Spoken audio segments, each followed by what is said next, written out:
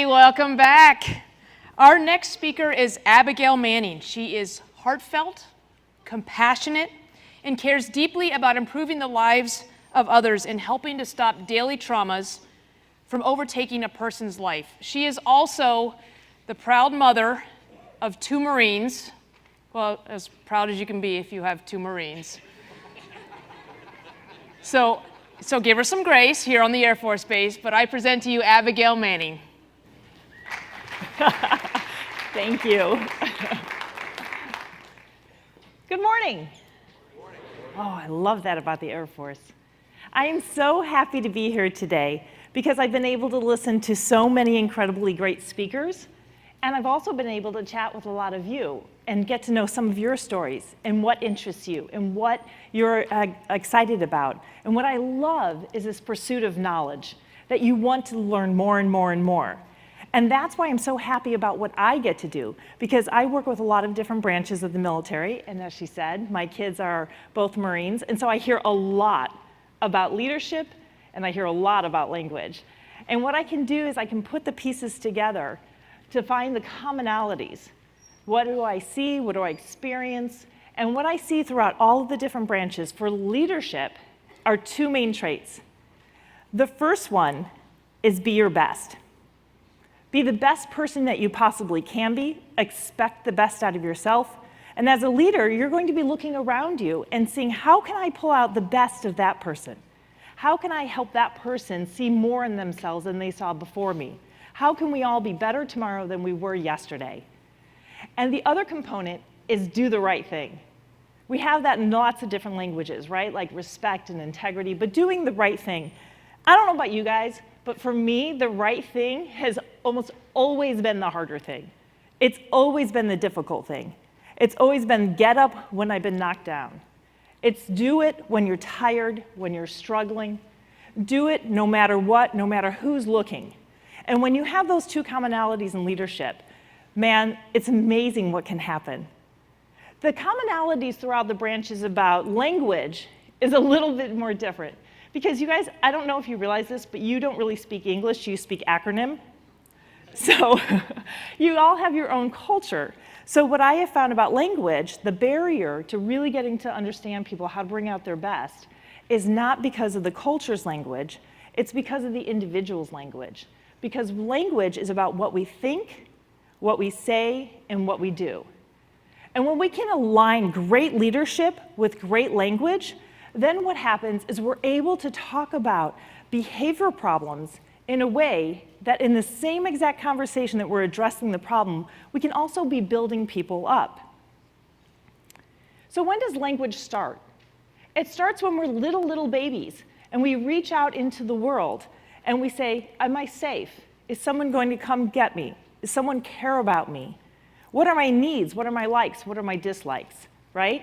And then as we grow, we realize as adults, we want this kind of connection with one another. We want to be with someone else. It's a whole lot more fun when we can do that. And in addition, when we collaborate with other people, we go farther, we're more successful. So I can understand that you're looking at these slides going, okay, she's a mom. What do these have to do with us, right? So I'm really excited that I was able to get some super secret soldier declassified photos. You ready? You ready? All right. So let's go back to the first point about being individuals. Each of us in this room want to be a unique individual. We want to stand out. We want to be different. So as an individual, when you say, I'm going to be my best, that's what we want. And when you own who you are, and you are your best, and you're striving for your best, you give the permission to everyone around you to be their best too. And when we have strong individuals that come together as these teams of everyone being their best, we have collaboration, we have cooperation, and we get this amazing sense of balance. With that balance, we're able to know that someone has my back. We're able to know that we can move forward. We have a bonding experience because we've been through some problems together. We know someone has a certain skill set that I don't have, and I can rely on them, and we can drive forward relentlessly. And when we do that, we know that when we come up to an obstacle, right? We don't get freaked out about it because we know as a team, you can see right through obstacles. We can collaborate. We can say, hey, I have an idea. Let's go over. Someone says, let's go under. Someone else says, no, right, left. Let's go through it. But you don't see these obstacles as things that are so unsurmountable, right? Obstacles become opportunities. Your struggles can become your strengths. And from me, I can tell you, your tragedy can absolutely become your triumphs. So when you put together strong individuals, strong teams, unity, optimism, you ready for it? You get the land of utopia, where we all live and daily in love, respect, and kindness. All right, so now you're going to say, wait a minute, that's crazy. We don't live there. That's not what happens to us, right? So what is the problem? I'm going to tell you. There's one huge problem. It is that guy. That guy is the problem. You know, you all have one, right? You have someone that you have to work with, and you're like, oh, no, not him, not her. Don't put me up with that person again. They're slow, they're lazy, you yell about face, and they don't turn around, they can't follow simple commands, right?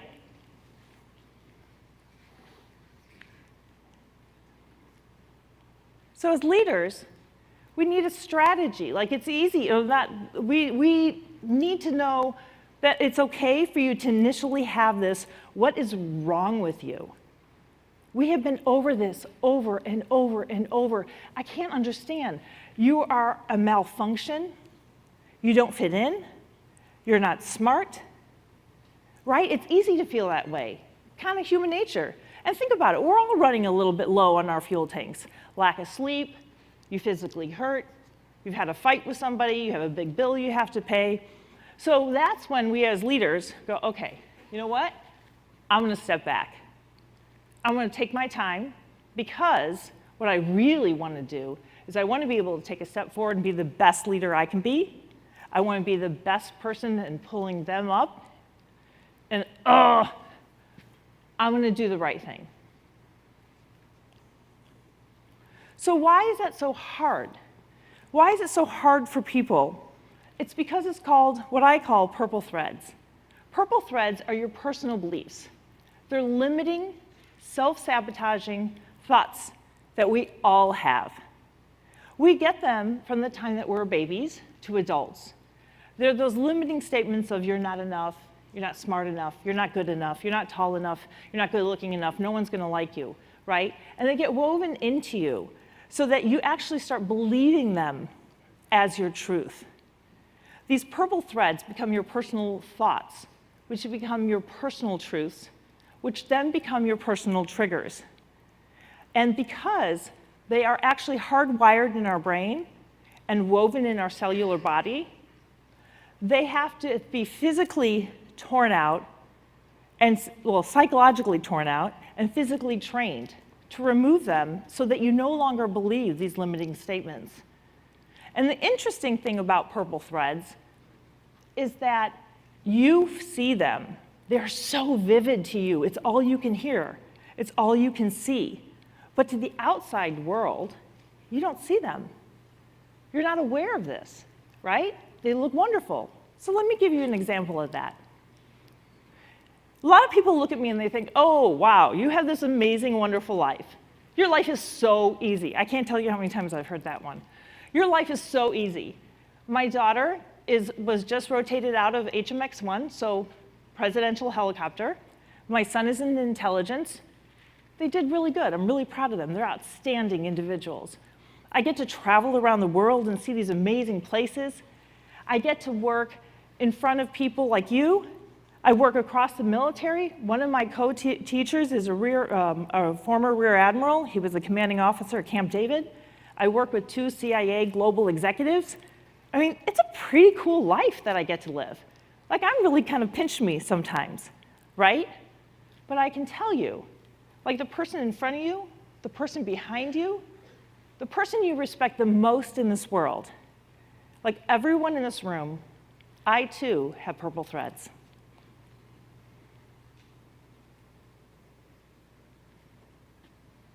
From the time I was a little girl, I had to endure childhood abuse by both of my parents.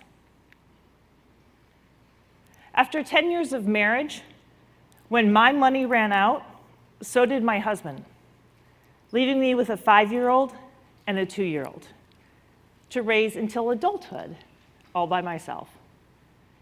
Then many years later, I decided to trust again, and it was in a 4.5-year-long relationship that one night he freaked out, and I found myself literally in hand-to-hand combat. I was in a fight for my life. It was a repeated, violent, physical attack on me. It ended because he picked me up and he threw me out the front door into a wall, and I landed really, really, really deep down in the pit of PTS.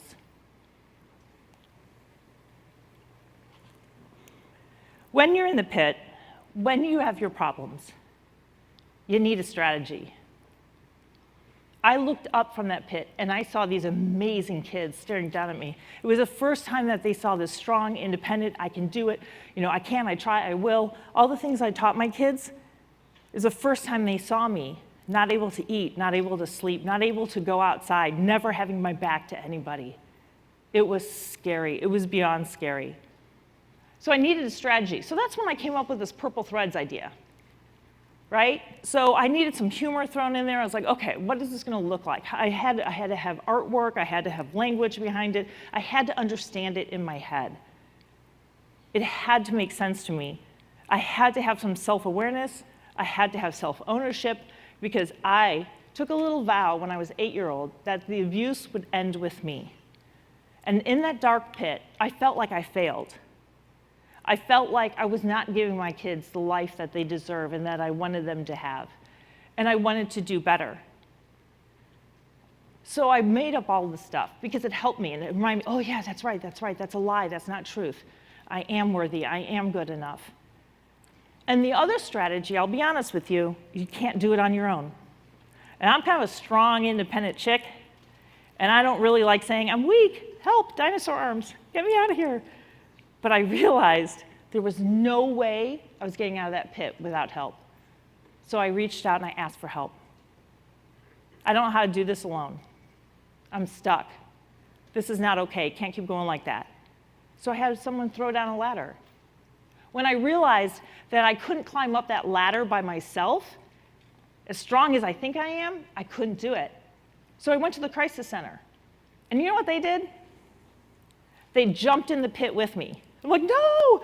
And they said, it's okay. We know the way out. So understanding the language, they knew where I was.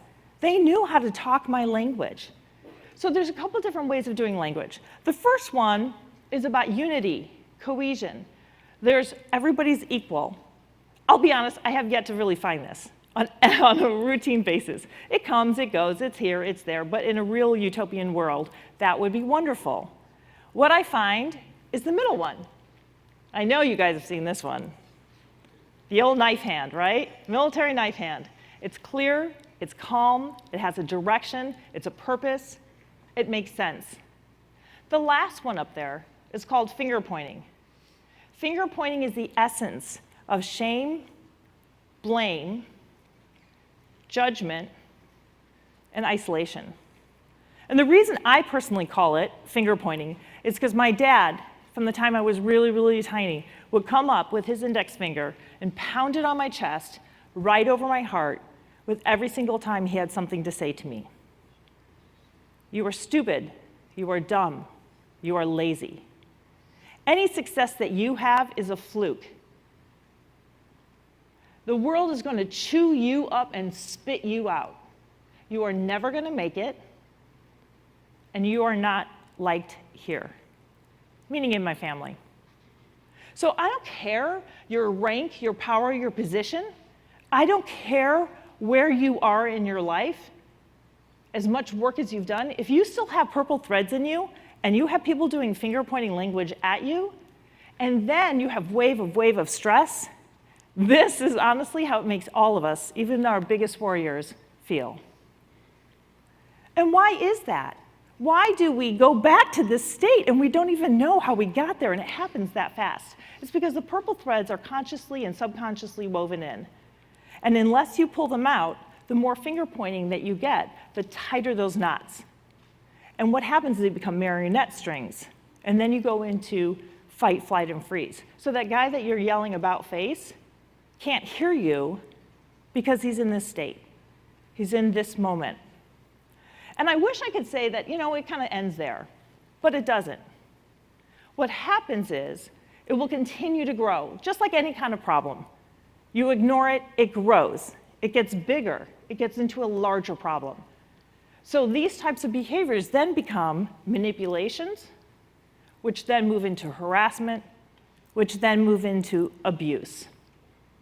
And the problem is with fight and flight, you either become the person who's doing the abuse, or you become the person who becomes an easier target, like I was, of abuse. Now, wouldn't it be great if we could say it ends there? Newsflash, it doesn't. It then spirals, and it goes into what I call the adverse spiral. So the adverse spiral is where stress and fear, again, the small little things, right? That if we're aware of it, we have the life skills, we can recognize them and stop them when they're small. But when we don't, they move down the spiral into unworthiness, and then they go into depression. And no one wants to feel depressed, so just for tonight, I'm going to have a beer. The next night, I can't sleep as well, I'm going to have 2 beers. You get into cycles of addiction. Then you go into cycles of abuse, then PTS and suicide. The whole key to the adverse spiral is as you go down, there's so much finger-pointing language, shame, blame, judgment, and isolation. And people are like, well, why didn't they just ask, right? Well, the problem is, at that point, you're doing the finger-pointing back at you. How could I be so stupid? How did I end up here? How could I have done this? So we need innovation. We just need life skills. We just need people who can talk about this, who are saying, I'm going to go on the edge. I'm going to talk about being the best. I'm going to talk about taking some risks. I'm going to be able to understand this so that we can have a better culture, that we can be better individuals. And to me, there's no better way to do it than with tough love, respect, and kindness.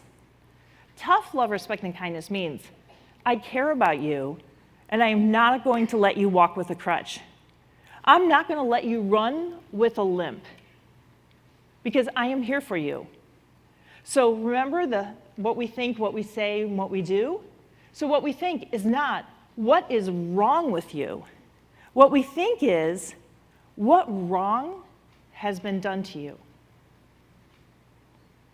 Then what we do is we move into what we say. And what we say looks a lot like no shame.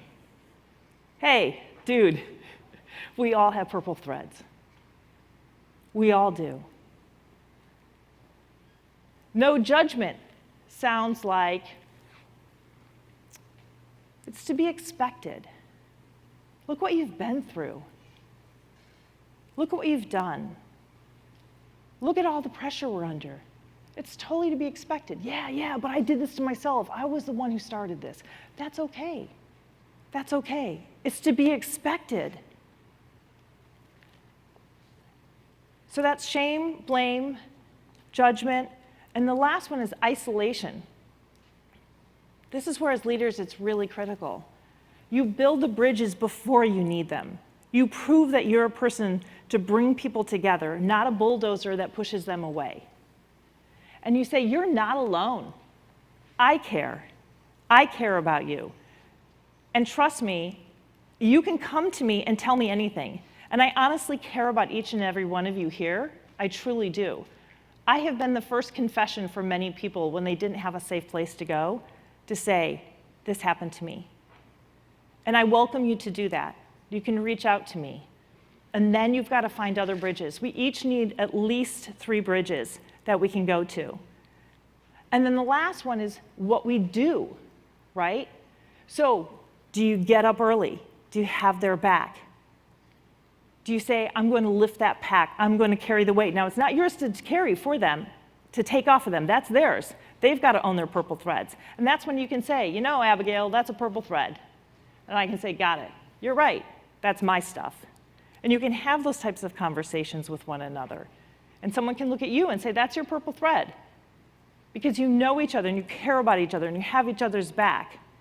And when we can do that, when we can make these great individuals who are full of their own vibrant, amazing colors, and then we can come together and build those bridges, not only Air Force do you fly, but each and every single one of you then can soar. Thank you.